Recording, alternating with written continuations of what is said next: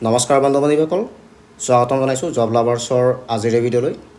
আজি লৈছোঁ আপোনালোকলৈ এটি বিশেষ আৰু গুৰুত্বপূৰ্ণ আপডেট। 15 আগষ্ট আপোনালোকক শেষ সময়সীমা দিয়া হৈছে। 15 আগষ্টৰ আগতেই আপোনালোকে কৰিব লাগিব আপোনালোকৰ আপডেটসমূহ, অন্যথা বাতিল হ'ব পাৰে আপোনালোকৰ নিয়োগ বিনিময় কেন্দ্ৰৰ পঞ্জীয়ন পত্ৰ। ৰাজ্যৰ 22 লাখ পঞ্জীভুক্ত নিবনুৱাক পুনৰ নাম পঞ্জীয়নৰ নিৰ্দেশ দিয়া হৈছে। নিয়োগ বিনিময় কেন্দ্ৰত আধাৰ কাৰ্ড সংযোগ সহ সেৱা সেতু পৰ্টেলত কৰিব লাগিব পঞ্জীয়ন। 15 আগষ্ট শেষ সময়সীমা নিৰ্ধাৰণ কৰিছে, অন্যথা বাতিল হ'ব পঞ্জীয়ন। চৰকাৰে নিয়োগ বিনিময় কেন্দ্ৰত নিবনুৱাসকলৰ নাম পঞ্জীয়নৰ ক্ষেত্ৰত পূৰ্বৰ নীতি সাল সলনি কৰি অনলাইন যোগে নতুনকৈ নাম পঞ্জীয়ন বাধ্যতামূলক কৰা হৈছে।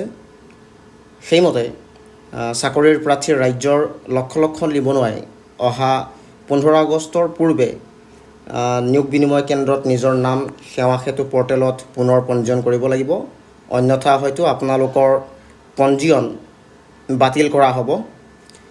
সেয়েহে যিসকল নিবনুৱা প্ৰাৰ্থী আছে, যিসকলে অহা আগন্তুক যিসমূহ পৰীক্ষাৰ কাৰণে প্ৰস্তুতি চলাই আছে, সেইসকলে তেওঁলোকৰ যি পঞ্জীয়ন সেয়া পুনৰ সেৱা সেতু পৰ্টেলত কৰিবলৈ বাধ্যতামূলক বুলি নিৰ্দেশ কৰিছে।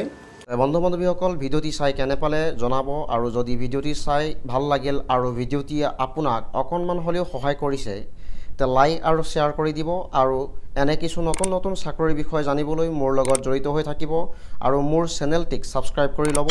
এনে কিছু নতুন নতুন চাকৰিৰ বিষয় লৈ পুনৰ এটি নতুন ভিডিঅ'ত লগ পোৱাৰ আশাৰে ধন্যবাদ।